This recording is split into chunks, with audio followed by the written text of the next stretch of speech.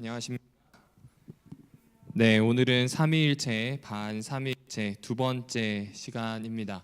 지난 시간을 간략하게 요약하면 이 삼위일체는 한마디로 얘기해서 우리 하나님이 가지신 그 신비의 관계로 우리를 초대하는 것이라고 기억해 주시면 됩니다.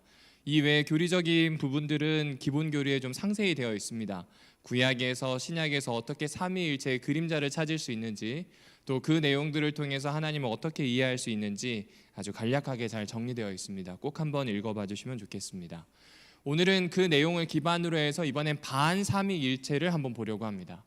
이 반삼위일체를 보아야 하는 것은 웬만한 이단이 삼위일체에서 시작합니다. 여러분이 잘 알고 계시는 안상홍도 그렇고요, 그리고 신천지의 이만희도 그렇고, 또 통일교라든지 이외에 갖가지 나오는 모든 삼위일체 이단들은 예수 그리스도의 신성 혹은 인성을 공격하거나 혹은 성령 하나님에 대한 이 자리를 공격하는 것으로 시작이 됩니다.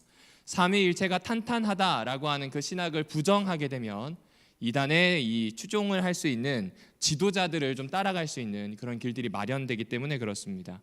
특별히 재림교회에서 반삼위일체가 시작되면서 이 반삼위일체에 대한 내용을 좀 잘 정돈한 일이 있었습니다. 그때가 언제냐면 2013년부터 2017년 사이입니다. 특별히 호남앞에 권재현 목사님이 이 목사님들과 팀을 이루어서 반삼위일체 운동에 대해서 좀 이렇게 방어했던 적이 있습니다. 그래서 저도 그분께 도움을 얻어서 그때 그 상황이 어땠는지 간략하게, 또 그리고 지금 어떤 식으로 정리가 되었는지, 그리고 우리가 어떻게 삼위일체에 대한 신앙을 가져갈 수 있는지를 좀 정돈하려고 합니다. 다시 말씀드리지만 삼위일체 이단은 생각보다 심각합니다. 왜냐하면 우리가 가지고 있는 기독교적인 모든 신앙을 잃어버리도록 만드는 출발점이 여기에서 만들어집니다. 그래서 잘 기억해 주실 필요가 있습니다.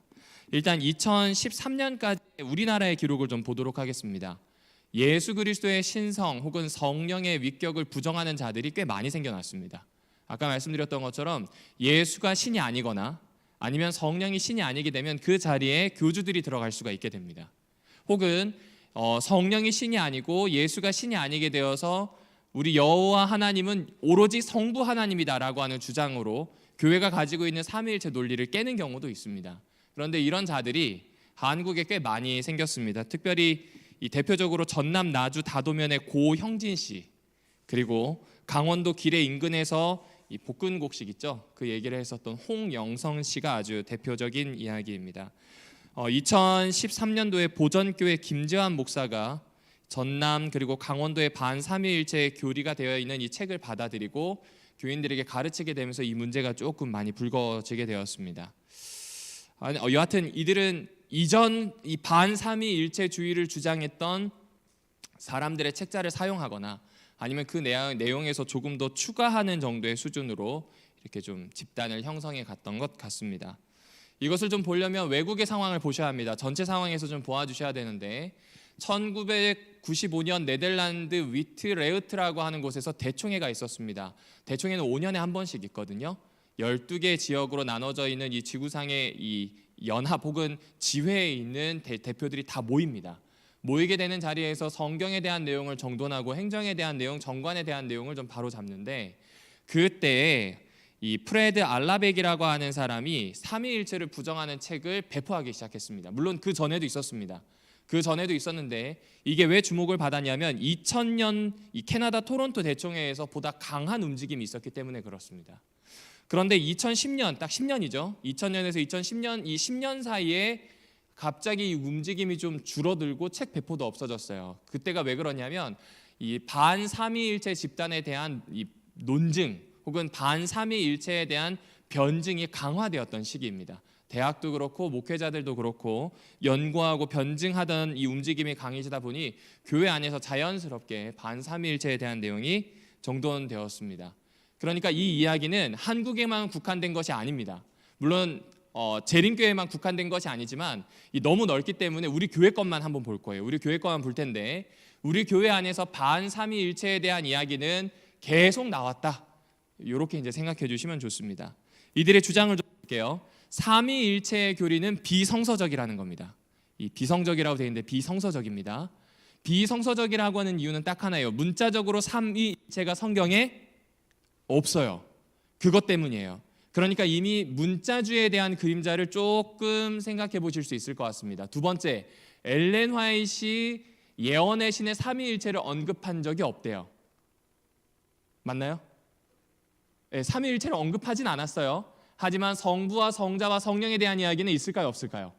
예, 나중에 살펴보겠지만 있습니다. 삼위일체라고 하는 그 내용을 사실 예언의 신에서 찾아보면 트리니티라고 하는 표현이 있습니다. 그런데 이제 그 내용에 대해서 좀 오해가 있었던 것 같습니다. 그리고 이들이 가지고 있는 이 프레임입니다. 지금까지는 글자에 대한 내용이라면 이 관점에 대한 내용인데 엘렌 화이트 여사 사후에 받아들인 교리라는 거예요. 그러니까 이 말은 뭐냐면 엘렌 화이트이 살아있을 때는 반삼위일체냐 삼위일체냐 필요 없었다는 거죠. 엘렌 화이트이 있었기 때문에 그 존재감만으로도 교회가 하나였는데 이제 이 교회가 엘렌 화이트라고 하는 지도자를 잃은 다음에 다른 교회들과 소통하면서 인정받기 위해서 다른 말로 하면 이단의 굴레를 벗고자 로마 가톨릭의 교리를 받아들였다. 뭐 이런 식으로 프레임을 짜는 겁니다. 이렇게 되는 좀 역사가 있습니다. 그 역사를 좀 보아주셔야 합니다. 하나가 더 있습니다. 예수는요 한마디로 얘기하면 신이에요, 신이 아니에요? 신이 아니에요. 삼위일체가 아니라 반삼위일체 주장입니다. 예수는요 영원한 시간 어느 시점에 하나님으로부터 출생했습니다. 그럼 이렇게 되면 아버지와 아들과 성령으로 가는 이 계보가 이 연결점이 끊어지게 됩니다. 아들이 끊어지기 때문에 성령은 존재할 필요가 있어요, 없어요? 없어요. 그 이야기를 하기 위해서 예수의 신성을 공격하게 됩니다. 그런데 여러분 이 1931년도에 Statement of Fundamental Beliefs라고 하는 이 글이 쓰여지게 됩니다. 이게 왜 쓰여지냐면 아프리카에 있는 교회 지도자들이 아프리카에서 선교를 하려고 봤더니 정부에서 니네가 도대체 어떤 교파고 어느 교단이냐 정체성을 드러내라 라는 이야기를 하게 됩니다. 그 전까지 재림교회에서는 정리되어 있는 어떤 교리라든지 어떤 행정체계에 대한 설명을 그렇게 크게 만들어두지 않았습니다. 왜냐하면 이 조직이 구성되었을 때 혹은 제도가 구성되었을 때 가지는 폐해에 대해서 굉장히 경계를 했기 때문에 만들지 않았었어요. 그런데 선교를 하려고 보니까 이 문제점이 생기게 된 겁니다. 그래서 이때 이 요청을 받게 되면서 재림교회 연감에 우리가 믿고 있는 신조들에 대한 내용을 넣습니다. 자, 여기서 좀 주의해야 되는 언어가 있는데 신조와 교리입니다. 자, 교리는 바꿀 수 있을까요, 없을까요? 없습니다. doctrine이라고 하는 그 이야기 자체가 바꿀 수 없다는 뜻입니다. 근데 신조는 뭐냐면 우리가 믿고 있는 내용에 대한 고백입니다. 신앙 고백은 바뀔 수 있나요, 없나요? 있어요. 그러니까 우리는 이 Seventh Day Adventist 28 Beliefs라고 얘기해요. 우리가 믿고 있는 신조들에 대해서 이야기합니다. 왜냐하면 우리가 믿고 있는 이 신조들은 언제든지 점진적으로 더 나은 방향, 더 밝은 방향으로 갈 수 있다는 이야기를 합니다. 그래서 Beliefs라고 하는 걸 씁니다. 그런데 다른 교회에서는 신앙 고백과 이 교리를 좀 구분을 해둡니다. 교리는 바꿀 수 없는 것, 아예 그냥 못 박아서 이렇게 정돈하는 게 없지 않아 있습니다. 여하튼 이 진술의 초안을 작성한 사람이 있는데 에미 켈은, 그다음 E.R. 파머, C.H. 왓슨, 그리고 F.M. 윌콕스라고 하는 사람이 재림교회 영감에 포함되는 22개의 진술을 이제 적게 됩니다. 그 중에 기본 신조 3항에 보면 이렇게 나옵니다. 신성 혹은 삼위일체는 인격적이고 영적인 존재이시며 전능하시고 무소부재하시고 전지하시며 지혜와 사랑이 무한하신 영원하신 아버지와, 이 아버지에 대한 설명이죠. 그리고 영원하신 아버지의 아들이시며, 중요합니다. 영원히 아버지의 아들이에요. 이게 출생했기 때문이 아니라 그렇게 구분되어 있는 관계에 대한 이야기입니다. 그를 통해 만물이 창조되었고 그를 통해 구속받은 무리들의 구원이 완성될 주 예수 그리스도와, 구원에 대한 부분이 강조되는 예수님에 대한 부분이죠. 그리고 신성의 제3위이시며 구속 사업에서 위대한 재창조의 능력이 되신 성령으로 이루어진다라는 이런 기본 신조에 대한 고백을 하게 됩니다. 이때가 언제라고요? 1931년입니다. 자, 그러면 이제 궁금한 게 이거죠. 지금 반삼위일체를 살펴보려다가 우리 교회 삼위일체의 지금 역사를 좀 살펴봐야 되겠다는 생각이 듭니다. 왜냐하면 1931년에 이 진술이 있기 이전에 우리는 도대체 삼위일체를 고백하고 믿었는가? 이게 이제 의문이 되는 겁니다. 그렇죠? 그리고 이 반삼위일체를 주장하는 사람들 중에 꽤 많이 하는 이 내용이 뭐냐면 초기 재림교회 선구자들은 삼위일체를 믿지 않았다는 거예요. 그러니까 우리가 로마 가톨릭의 교리를 버리고 초기 재림교회 선구자에게로 돌아가야 한다. 이것이 신앙 회복이며 정체성 회복이다라는 이야기를 합니다. 그러니 반드시 좀 하나씩 살펴봐야 됩니다. 근데 이 내용을 찾아보니까요, 책으로만 한 20권 이상 나와 있더라고요. 그리고 번역된 책이 한 5권 정도 됩니다. 그래서 그 책들에 있는 내용을 좀 조금 정리를 해봤습니다. 요 정도 됩니다.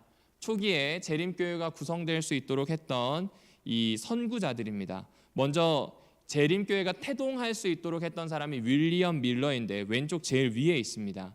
그리고 재림교회를 구성할 때 핵심적인 역할을 했던 제임스 화이트이 그 옆이고요. 그리고 가운데 있는 여성이 엘렌 화이트, 그리고 옆에 조셉 베이츠. 제임스 화이트, 엘렌 화이트, 조셉 베이츠 이 세 사람이 재림교회의 시작을 열 수 있게 한 사람들입니다. 그리고 그 아래 왼쪽 제일 아래 보시게 되면 제이엔 앤드류스, 존 하비, 켈록, 우라이아 스미스, 구들로 H 벨 뭐 이렇게 되어 있습니다. 이 사람들을 재림교회 초기 선구자들로 봅니다. 이 사람들은 1800 사실은 이 30년 이전부터 활동한 사람들도 있는데 재림교회 역사로 보았을 때 분절점은 아무래도 1844년이 맞는 것 같아요. 그래서 그때부터로 끊어서 대부분의 역사학자들이 1890년까지 있었던 이 재림교회 선구자들입니다. 이들이 가지고 있는 이 내용을 잘 보시게 되면요, 삼위일체에 대한 믿음을 고백할까요? 안 할까요? 안 합니다. 이유가 있습니다. 이때가 제2 영적 각성기입니다.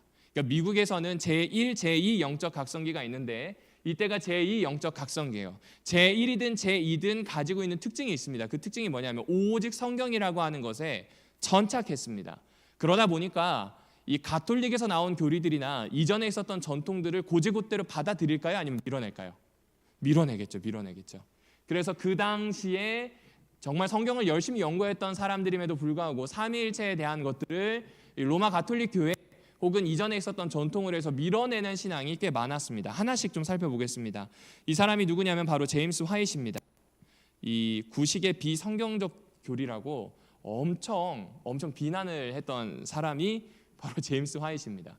물론 이 사람이 나중에 바뀌게 됩니다. 하지만 그가 했던 이야기들을 좀 천천히 살펴보시게 되면 삼위일체에 대해서 완강하게 거부하게 됩니다. 왜냐하면 이 사람의 교단이 크리스찬 커넥션입니다. 아마 생소하신 분들도 있을 텐데 이 사람은 이 침례교회 계열이었던 크리스찬 커넥션에 있었거든요.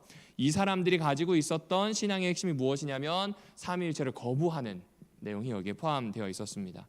그럼 이 사람이 그냥 막무가내로 연구해서 그런 이야기를 했나? 그렇지 않습니다. 제임스 화이트는요, 시력이 안 좋아서 공부 못하고 그냥 일만 하고 살았어요. 근데 19살이 되었을 때 갑자기 시력이 좋아지면서 원 없이 공부를 하기 시작합니다. 하루에 18시간을 공부합니다.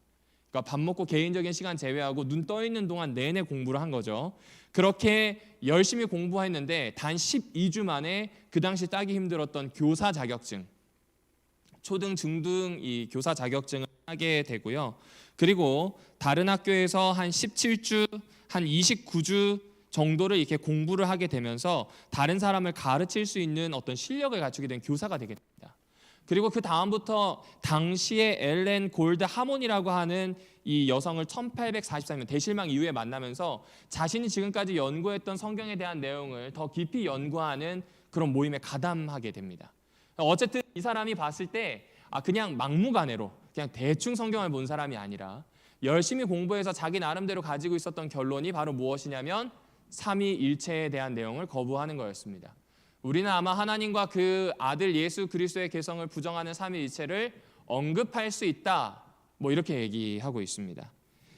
그러니 제일 처음 살펴보는 사람부터 지금 삼위일체 교리를 이렇게 받아들이고 있나요? 아니면 밀어내고 있나요? 밀어내고 있습니다. 하나 더 볼까요? 조셉 베이츠입니다. 조셉 베이츠는요, 그의 자전에 뭐라고 이야기하냐면 나는 아버지의 아들이신 주 예수 그리스도가 또한 전능하신 하나님이라는 것을 믿는다는 것 그 자체가 가능하다, 불가능하다.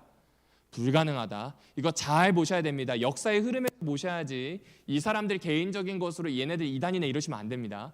이 당시에는 로마 가톨릭에 대한 굉장한 반감이 있었고 지금까지의 전통과 교리에 대한 것들을 제고하는 때였습니다. 그리고 그때 생겨났던 수없이 많은 믿음들 중에 하나가 무엇이냐면 삼위일체를 밀어내는 거였습니다.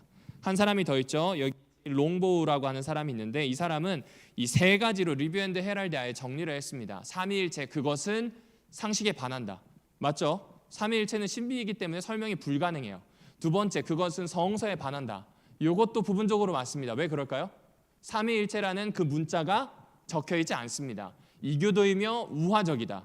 이 아리우스주의자처럼 이렇게 이야기합니다. 우리가 지난번에 살펴보셨던 것처럼 이 니케아 콘스탄티노플 폴리스 신앙 고백에 보면 삼위일체를 고백하는 신앙 고백이 있어요. 그런데 이거는 아리우스랑 아다나시우스라고 하는 두 사람의 논쟁에서 시작이 됩니다. 당시에 탄탄하게 유일신 사상을 가지고 있었던 유대교, 그리고 그런 사상을 가지고 있었던 당시의 세계 사상을 반영한 사람이 아리우스입니다. 그리고 그와 다르게 삼위일체, 곧 우리가 믿고 있는 예수 그리스도가 신이 아니게 되면 우리가 그분께 예배드리는 것은 신성모독이 되고 우리가 그분을 찾는 것 자체가 우상 숭배가 되는 것이기 때문에 고민할 수밖에 없었던 기독교의 한 부류였던 아다나시우스는 예수 그리스도가 삼위 하나님임을 고백하는 일에 정말 전념을 하게 되죠. 그래서 이 두 싸움에서 결국 아다나시우스가 논쟁에서 이기게 됩니다. 아리우스는 패배하게 돼요. 그러나 아리우스가 패배했다고 아리우스의 생각이 없어진 게 아니었어요. 언제까지 연결되냐면요, AD 200년, 300년, 400년에 있었던 일이 지금 1832년, 현재는 1995년까지 쭉 이어지게 된 겁니다. 그러니까 길어요, 짧아요? 길어요. 그러니 삼위일체를 거부하는 아리우스주의 혹은 아리안주의, 그와 똑같지는 않지만 비슷하게 주장하는 준 아리안주의가 쭉 내려왔던 겁니다. 이 RF 코트렐도 비슷한 얘기를 했습니다. 이 사람도 초기 재림교회 선구자 중에 하나인데 삼위일체 교리를 믿는 것이 사악한 의도의 한 증거는 아니래요. 사악한 마음은 아니라는 거죠, 신앙을 할 때. 그런데 모든 나라들이 마신 그 포도주를 취했다는 증거다. 이 무슨 얘기냐면 모든 나라로 하여금 술에 취하게 했던 로마 가톨릭의 정말 핵심적인 교리라고까지 비난하고 있는 겁니다. 그리고 J.N. 앤드류스는 히브리서 7장 3절에 대한 해석을 이야기하면서 이렇게 이야기합니다. 이 히브리서 7장 3절에 나오는 내용을 문자적으로 받아들일 수가 없다라고 이야기하면서 하나님의 아들에 관해서 그의 아버지인 하나님이 계시고 과거 영원한 어느 시점에 예수가 시작됐다는 겁니다. 시작한 시점이 있고 그 시작한 시점이 예수에게 적용된다고 하면 예수는 신이 아닙니다. 영원이라고 하는 건 시작도 끝도 없는 거잖아요. 그러니 이 이야기를 여기에다 하는 겁니다. 그러니까 이거는 한마디로 얘기하면 삼위일체는 말이 되지 않는다라는 이야기를 하는 겁니다. 언제요? 1800년 중반대 이 사람이 그 얘기를 하였습니다. 우라이아 스미스도 예수 그리스도를 최초의 피조물이라고까지 이야기합니다. 자, 그럼 여기까지만 딱 보셔도요, 참 많은데 요약하면 한 요 정도로 요약이 됩니다. 아리우스의 견해를 가지고 있는 거예요. 삼위일체 아니라는 거예요. 400년, AD 400년에 있었던 아다나시우스의 삼위일체와 아리우스의 반삼위일체에서 아리우스의 반삼위일체의 생각을 여전히 가지고 있었다는 겁니다. 특별히 누구에 대한 신성을 부정하고 있냐면 예수님에 대한 신성입니다. 모든 창조물보다 먼저 태어났다. 그리고 독생했다. 이 말은 홀로 하나님 앞에 태어난 존재다. 유일하게 태어난 존재다. 하나님이 유일하게 낳았다. 이것을 문자적 그대로 해석한 겁니다. 그래서 성부는 근원이 되시는 거고 성자는 거기에서 출생한 존재쯤으로 생각을 하게 됩니다. 따라서 성령 역시 개성을 가질 수 있어요, 없어요? 없습니다. 신이 아닌 분에게서 나온 거니까요. 신이 아닌 아들에게서 나온 거니까요. 그래서 성부와 성자에게서 나오는 힘이나 영향력쯤으로 이제 이 누구죠? 성령을 생각하게 된 것입니다. 대등하다고 보지 않는 겁니다. 자, 그러면 이 내용이 이대로 멈춰 있었느냐, 이게 문제거든요. 이대로 멈춰 있었다면 우리는 이대로 돌아가는 게 맞아요. 그렇죠? 제가 1시간 동안 혹은 그 전에서부터 쭉 이 비교 종교하면서 다루어왔었던 내용에 나왔던 삼위일체를 그렇게 많은 시간을 들여서 설명할 필요가 없다는 겁니다. 그런데 여러분, 엘렌 화이트의 견해를 보시면요, 엘렌 화이트는 추측해건데 지금 나와 있는 내용들을 좀 보셔야 되는데 아무래도 추측해 보건대 처음부터 삼위일체에 대한 내용을 완벽하게 깨닫지 못했지만 삼위일체에 대한 내용을 고백하고 있었습니다. 1855년 교회 증언 1권에 이렇게 이야기합니다. 언제까지나 하나님의 성령을 근심시키지 못할 것이다. 근심시키게 되면 성령 하나님 어떻게 돼요? 떠나셔요. 아까 얘기했죠. 반삼위일체에 대한 주장이라면 이 성령 하나님은 그냥 힘이거나 영향력이어야 돼요. 그런데 지금 여기 보면 근심한다, 떠난다, 이 표현은 인격적인 만남을 전제합니다. 그러니까 지금 성령 하나님을 삼위 중에 한 분의 하나님으로 고백하고 있는 거죠. 간접적이지만. 하나 더 있습니다. 이 예언의 신이라는 책이 있습니다. 예언의 신이라는 책이 이 1858년에 나왔는데 그 1권 17쪽 18쪽에 보면 이런 얘기가 나옵니다. 그리스도는 천사들이 창조되기 전부터 아버지와 일체이셨다 표현을 합니다. 일체라면 이게 분리가 된다는 거예요? 분리가 안 된다는 거예요? 안 된다는 이야기를 하는 겁니다. 그리고 뭐라고 이야기하냐면 사단은 그리스도를 시기한 나머지 오직 그리스도께서만 홀로 가지셨던 지휘권을 서서히 찬탈했다고 표현합니다. 그래서 창조주께서는 모든 천사들 앞에서 당신의 아들에게 특별한 영예를 부여하시기 위해서 하늘 무리들을 모으셨다. 그리고 중략하고요. 아버지 하나님은 그 아들 그리스도가 자신과 동등해지도록 스스로 기름 부음을 받았느라고 공표하였다라는 내용을 여기에 적어둡니다. 그러니까 여기에 보면 삼위일체에 대한 내용도 나와요. 그런데 제가 읽으면서도 조금 이상했던 부분이 아마 우리 성도님들도 이상하셨을 거예요. 영원하신 존재라고 했거든요. 그럼에도 불구하고요, 성자와 성부가 동등하다는 것을 천사들이 알지 못했다는 게 가능할까요? 천사들은 하나님과 늘 가까이 있는 존재잖아요. 그런데 영원하신 예수 그리스도를 드러내야 할 만큼 천사들이 몰랐다는 게 이게 말이 되는가? 그럼 몰랐다고 한다는 것은 어떤 의미에서는 성부에게서 어느 시점 태어났기 때문에 몰랐던 것 아닌가? 라는 문제 제기를 할 수 있다는 겁니다. 이 기록을 가지고요. 그리고 다른 하나는 성자에게 부여된 것, 여기 지금 제가 잘못 표현했는데 성자에게 수여된 혹은 부여된이라고 하는 내용이 나와요. 성부께서 성자에게 부여하고 혹은 특별한 영예를 주셨다라고 하는 이 말은 성자와 성부가 같은 위치가 아니지 않는가?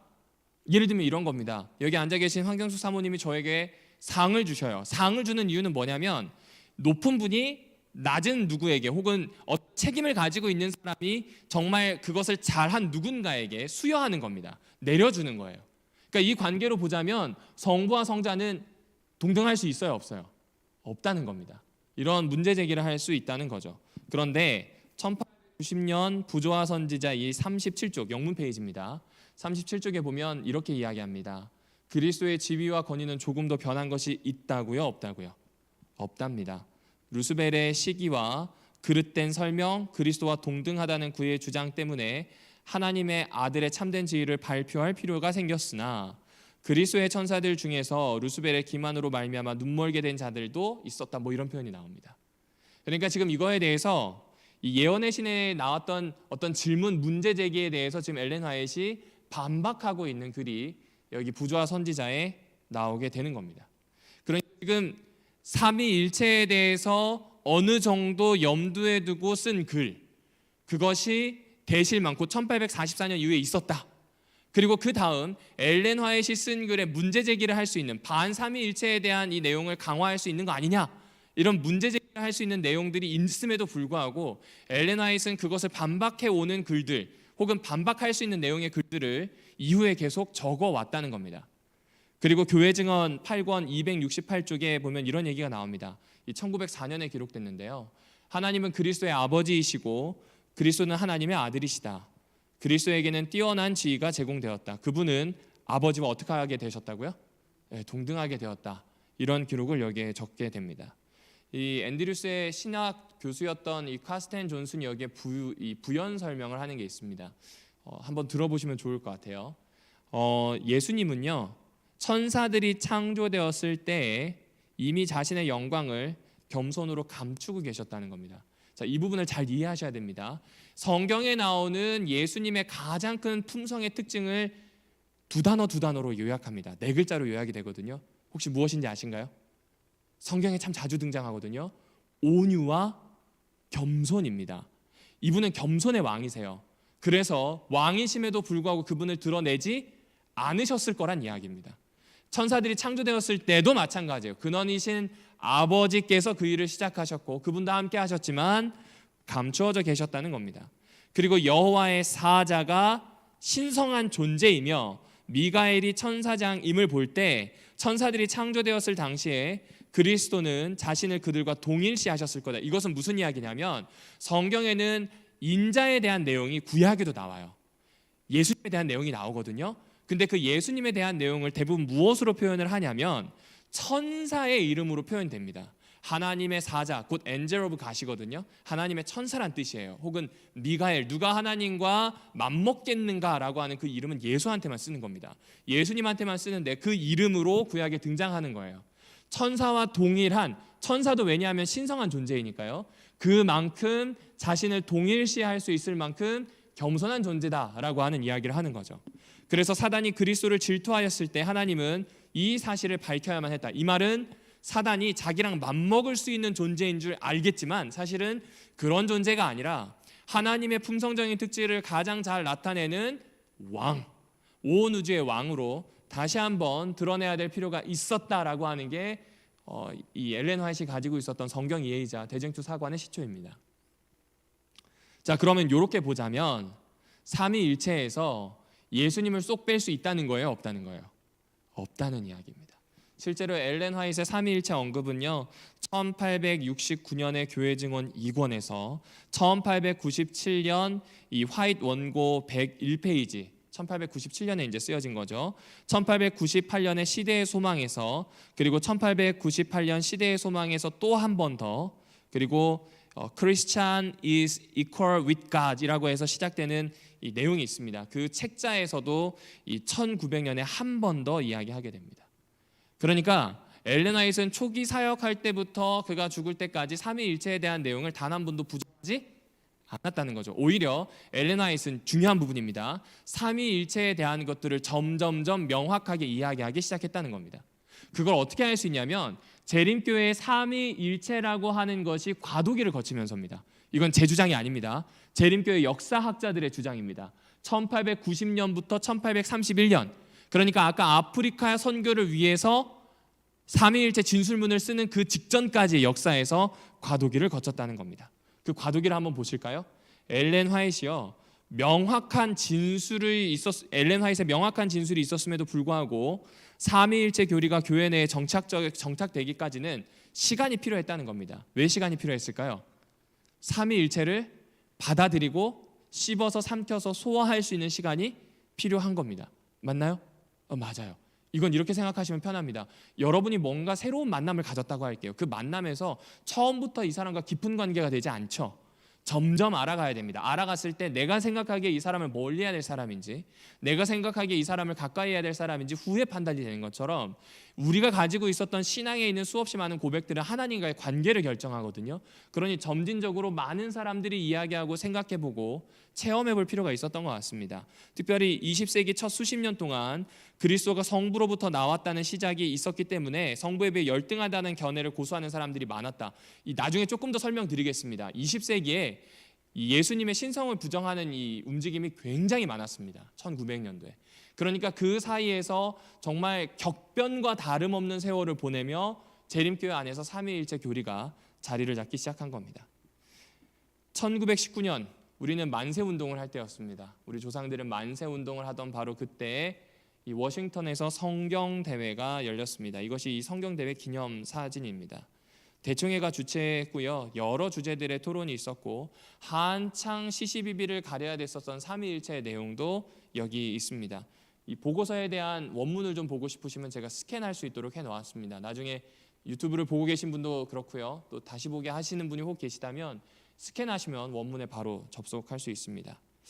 1919년 이 성경대회의 한 지도자격인 목사, 쉽게 얘기하면 이 중진 목사겠죠. 중진 목회자가 이렇게 이야기합니다. 저는 삼위일체 못 받아들이겠다. 이런 이야기를 합니다. 왜냐하면 신성을 가진 아버지와 아들 두 위격이 동등하다고 아무리 봐도 믿을 수가 없다는 겁니다. 소위 세 위격이 항상 같이 존재한다는 삼위일체를 믿을 수 없다는 이야기를 합니다. 나중에 누군지 보시면 아시겠지만 꽤 유명한 목사입니다. 프레스콧이라고 하는 목사가 이 이야기를 하게 됩니다. 특별히 프레스콧은요 1890년대의 삼위일체에 대해서 거부했어요. 말도 안 된다는 얘기예요. 말도 안 된다는 이야기입니다. 절대로 그리스도는 성부와 같을 수 없다는 이야기를 합니다.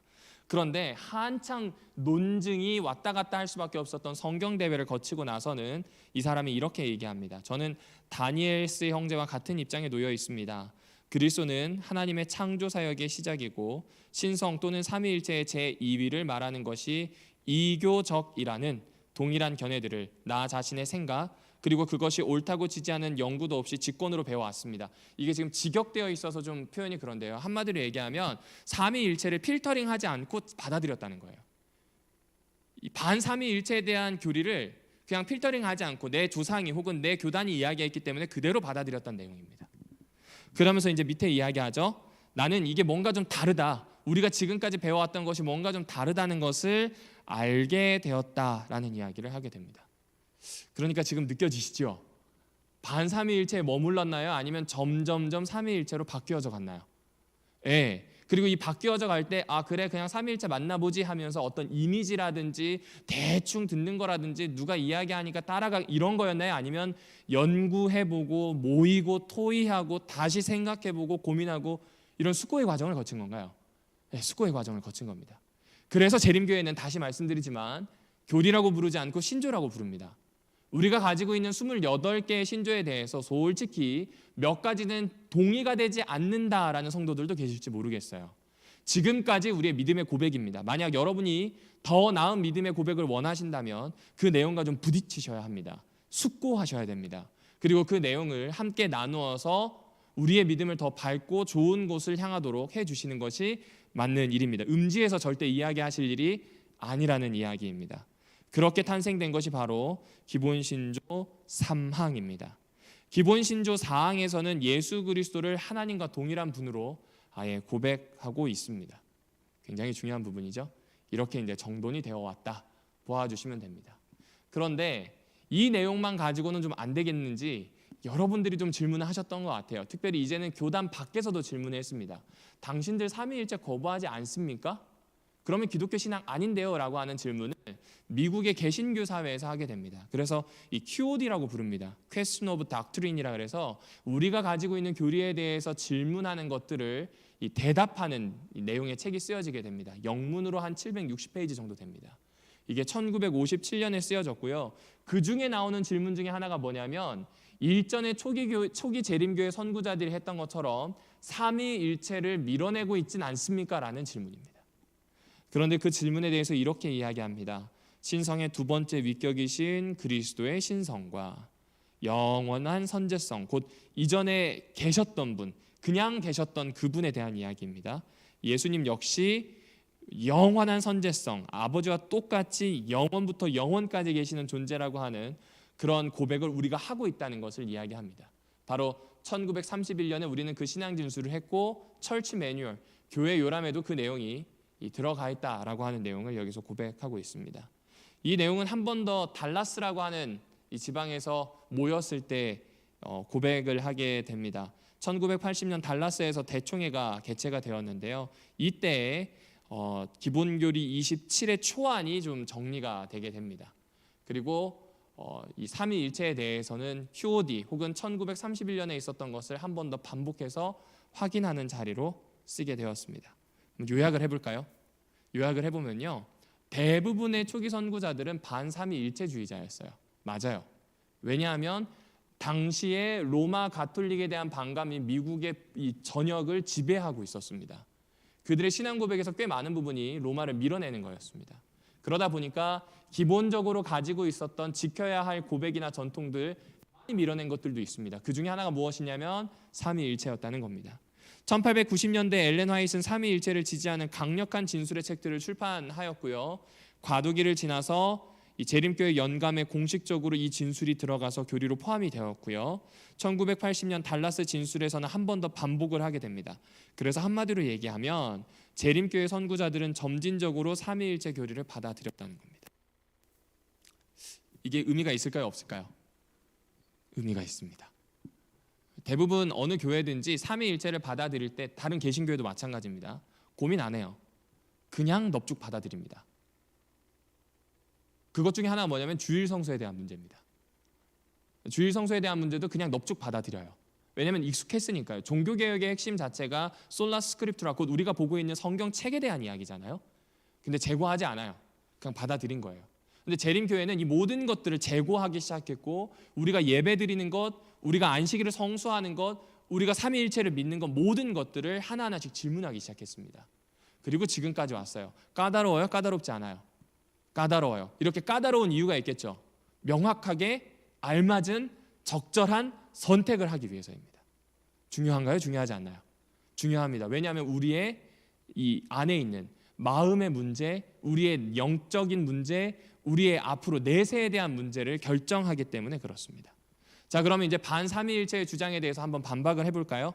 초기 모든 선구자들은 삼위일체를 믿지 않았다는 게 그 사람들의 주장이에요. 그래서 우리는 이때의 신앙으로 돌아가야 한다라고 했지만 돌아갈 필요가 있을까요? 없을까요? 없습니다. 한 가지만 더 말씀드릴게요. 1800년대는 계몽주의가 싹 텄을 때입니다. 계몽주의의 핵심이 뭐냐면 합리성입니다. 인간의 머리로 이해하는 것만 받아들여야 된다는 거예요. 그런 면에서 보자면 삼위일체는 인간의 머리로 이해할 수 있어요, 없어요? 그러니까 밀어낸 거예요. 그리고 이 계몽주의가 가장 많이 판을 쳤던 곳이 어디냐면 미국이에요. 예. 그러니까 이 생각, 반가톨릭 정서와 계몽주의의 합리적 이성이 강조되는 때에 초기 재림교회 선구자들 역시 그 시대의 아들이자 딸들이잖아요. 그렇게 비슷한 주장을 할 수밖에 없습니다. 하지만 점진적으로 흘러가게 되면서 삼위일체에 대한 신앙을 받아들이게 됩니다. 두 번째입니다. 엘렌 화이트의 사후에 유입된 건가요? 아닙니다. 사전, 죽기 전에 참 많은 삼위일체에 대한 고백들이 있었다는 내용을 확인해 볼 수 있습니다. 다시 한번 보시면 엘렌 화이트의 이 삼위일체 진술은 1897년, 1899년에 나옵니다. 그리고 M.L. 앤드리어슨 역시 시대의 소망에서 나오는 삼위일체에 대한 내용에 대해서 놀라움에 대해서 이야기합니다. 자, 세 번째는 복음전도라고 하는 책 아시죠? 복음전도라고 하는 책은 삼위일체를 옹호하기 위해서 조작되었다는 것이 반삼위일체주의자들의 또 다른 주장입니다. 그런데 여러분 이 복음전도 615페이지에 보시면요, 1946년 판이거든요. 거기에 보면 삼위일체에 대한 고백이 있습니다. 그런데 1946년은 개정판입니다. 그 개정판 이전에 원판이 있겠죠. 1906년에 보면 이 특별 증언이라고 해서 좀 있는데 여기에 보시게 되면 by Ellen G. White이라고 되어 있고 published for the author라고 되어 있습니다. 그러니까 지금 이 내용은 속표지에 있는 내용이거든요. 복음 전도 이 1946년의 출처가 1904년에 쓰여진 복음 전도에서 왔다는 걸 알 수가 있는 내용입니다. 바뀌었다는 거예요? 바뀌지 않았다는 거예요? 바뀌지 않았다는 거예요. 이 삼위일체를 옹호하기 위해서 뭐 조작을 했거나 그런 내용이 들어갈 필요가 전혀 없습니다. 오히려 여기 보시면 삼위일체에 대한 내용을 영문으로 아주 잘 정리되어 있습니다. 특별히 출처는 1906년 엘렌 화이트 원고 영문입니다. 21페이지에 있는 내용이 복음전도 안으로 1904년으로 그리고 이 1906년으로 그리고 1906년에 쓰여졌던 이 원고가 여러 과정을 거치면서 1946년에 복음전도에 그대로 나타나고 있었다는 겁니다. 그러니까 중간에 자칫 조작하거나 바꾸거나 이런 일들이 없었다는 내용입니다. 삼위일체 교리는 로마 교회 교리인가요? 네, 아닙니다. 로마 교회의 교리가 아니고요. 우리가 알고 있는 예수 그리스도의 신성 그리고 우리가 알고 있는 성령의 인격적인 어떤 관계에 대한 내용을 고백하도록 돕는 하나님의 신비에 대한 내용입니다. 특별히 니케아 콘스탄티노플 폴리스의 신앙 고백을 보시게 되면 여기에 참석했던 명단을 한번 쭉 찾아봤거든요. 2318명의 감독들, 교회 목사들이 참여했어요. 그런데 그중에 서방교회에서는 단 7명만 왔습니다. 나머지 다 동방교회 사람들이에요. 그리고 특별히 로마에서는요, 로마 감독이 오지 않고요, 사제 2명만 가요. 그러면 이건 가톨릭의 주장이 아니라 그 당시에 하나님을 믿고 있었던 기독교 전체의 신앙 고백으로 보시는 것이 바람직합니다. 자, 그럼 이렇게 되면 이제 신앙 고백을 이 정도로 해서 좀 살펴보게 되면 앞으로 이단들을 대처하는 데 조금 도움이 되실까요? 이게 안산홍 증인회에서 가르치는 교재에 나오는 하나의 카툰입니다. 성령시대 새 이름 안상홍님이라고 되어 있어요. 다시요. 무슨 시대라고요? 예, 안상홍이 하나님의 교회에서는 어떻게 하냐면 아버지의 시대, 아들의 시대, 성령의 시대로 나누고요. 성령을 대신하는 안상홍에 대한 이야기를 합니다. 다시 말씀드리지만 삼위일체에 인간이 끼어들어갈 수 있는, 인간을 신격화해서 끼어들어갈 수 있는 어떠한 공간이 있을까요? 없을까요? 없어요. 지금까지 살펴보니까 없죠. 두 번째는 이 시대라고 하는 말을 주목해 주셔야 돼요. 성령의 시대가, 그러니까 하나님이 성령의 모습으로 나타났다. 하나님이 어느 때엔 성자의 모습으로 나타났다. 하나님이 어느 때엔 성부의 모습으로 나타났다. 지난번에 이 모드에 대한 이야기 기억하시나요? 양태론에 대한 이야기입니다. 하나님이 때마다 모습을 바꾼다는 양태론에 대한 이단이 누구냐면 안산홍 증인회입니다. 심지어 이 자신의 부인인 장길자를 어린 양의 어머니로까지 이제 이야기하는 거죠. 늘 삼위일체는 제2위인 예수 그리스도를 흔들거나 제3위인 성령을 흔듭니다. 그러니까 늘 그런 부분이 있으면 얘네는 이단이구나, 그리고 이건 옳지 않은 이 주장이구나, 이렇게 생각하시면 됩니다. 오늘의 내용을 결론을 내겠습니다. 재림교회 교리의 특징은요, 점진적입니다. 교리라고 고백하지 않고 신조라고 고백합니다. 삼위일체도 마찬가지입니다. 처음에 반삼위일체 정서와 생각을 가지고 있었던 것이 점점 삼위일체를 받아들이는 과정으로 갔습니다. 그리고 삼위일체라고 하는 그 단어는 나오지 않지만 성서에서 충분히 근거를 찾을 수 있습니다. 그리고 계몽주의, 곧 인간의 이 합리적인 이성을 넘어서 20세기 이후에 많은 부분에 이 삼위일체가 교회를 좀 바꿔놓게 됩니다. 예를 들면 선교에 대해서 생각할 때 이렇게 생각했어요. 선교할 때는 목사님도 설교를 이렇게 합니다. 장로님, 선교하셔야 됩니다. 나가서 만나세요. 복음 전하셔야 됩니다. 이렇게 얘기했어요. 삼위일체에 대한 이해가 좀 적을 때예요. 그런데 삼위일체를 이해하게 되면서 성령 하나님이 각 사람에게 내주할 수 있다는 개념이 생겨요. 그럼 어떻게 될까요? 장로님, 이제 복음 전하러 나가실까요? 성령께서 방문하신 한 분이 있을 거예요. 그분을 우리는 알아보기만 하면 됩니다. 우리는 하나님의 선교에 참여하게 됩니다라는 이야기로 바뀌게 됩니다. 예배도 마찬가지입니다. 그전에는 하나님께 드려야 돼요. 바쳐야 돼요. 그런데 아버지께서 우리를 예배드리도록 오게 하실 때 드리러 바치러 오게 하는 것이 아니라 아들 하나님의 희생 안으로 들어오게 해서 성령과 함께 아버지 앞으로 나아오게 만든다는 예배의 개념이 생기게 돼요. 그러니까 지금 하나님이 가지고 계신 그 교제 안으로 우리가 들어가는 거죠. 그러면서 20세기에 예배라든지 선교에 대한 부분이 참 많이 바뀌게 되었다. 이걸 이제 생각해 주시면 좋습니다. 그래서 그렇게 생각해 보면 삼위일체는 조금 딱딱하고 복잡하고 여러 사람들의 이야기가 있었기 때문에 논리적으로 접근해야 될 것 같다는 생각을 하시겠지만, 제 개인적으로 보았을 때는 경험이자 관계인 것 같습니다. 조금 긴 시간을 통해서 우리 두 번의 이 삼위일체와 반삼위일체의 좀 계략을 살펴보았습니다. 꼭 기억해 주십시오. 하나님께서 초청하셔요. 그분의 관계 안으로 우리를 초청하신다는 사실을 잊지 않으셨으면 좋겠어요. 다시 말씀드리지만 이게 시발점입니다. 일체이시라고 하는 걸 알고 그분의 신비 안으로 들어가는 출발점이에요. 그 출발점 다음에 더 깊은 하나님을 경험하는 건 각자의 몫이자 각 공동체의 몫입니다. 교회가 그런 삼위일체 하나님을 더 깊이 경험하게 되기를 바라며